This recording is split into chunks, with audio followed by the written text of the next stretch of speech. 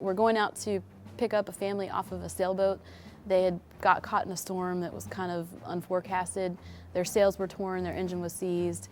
They had no way to make progress, and they were literally floating 400 nautical miles off of the United States and had nowhere to go. There were 6 people on board. There was a mom, the dad, the little girl, the dad's cousin, and then 2 people that they had hired to sail this sailboat with them from Annapolis to Australia. About halfway out there, we find out that the little girl is 5 years old.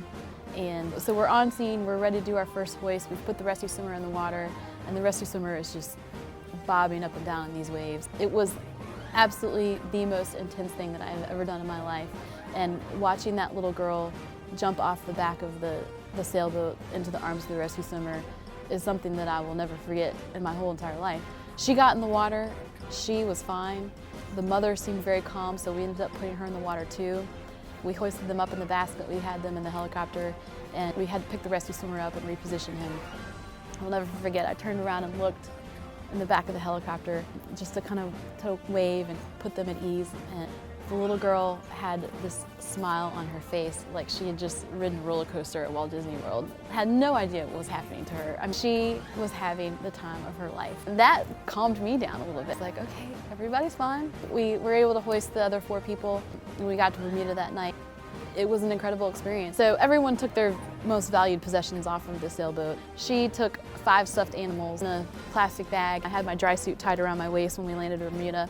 She came up to me and she set her little bear on there. This is my bear. His name is Helicopter now.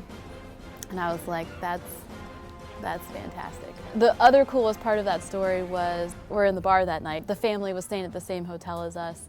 Of course, we didn't pay for a drink that night. And the dad comes up to us, and you can see the weight of the world on his shoulders. I mean, they lived on their boat. They had just lost everything. He was concerned. He was light and he was happy, but he was heavy. And he finally got the courage to ask this question that had obviously been burdening him. He's a British citizen also, his wife, American citizen. He comes up to us and he said, "So, at what point do we have to start talking about money, and how do you bill us for all of this?" And he's fearful to ask the question. He doesn't want to know the answer, but he knows at some point we're going to write him a bill and we're going to say, you owe us all of this money for this helicopter, all 4 of the crew members, for the C-130 that we sent out there, for the night in Bermuda, the fuel. And when we told him, "Sir, you don't owe us a thing. You pay taxes. This is courtesy of the United States government," he started crying. And he was so relieved. The weight of the world fell off his shoulders.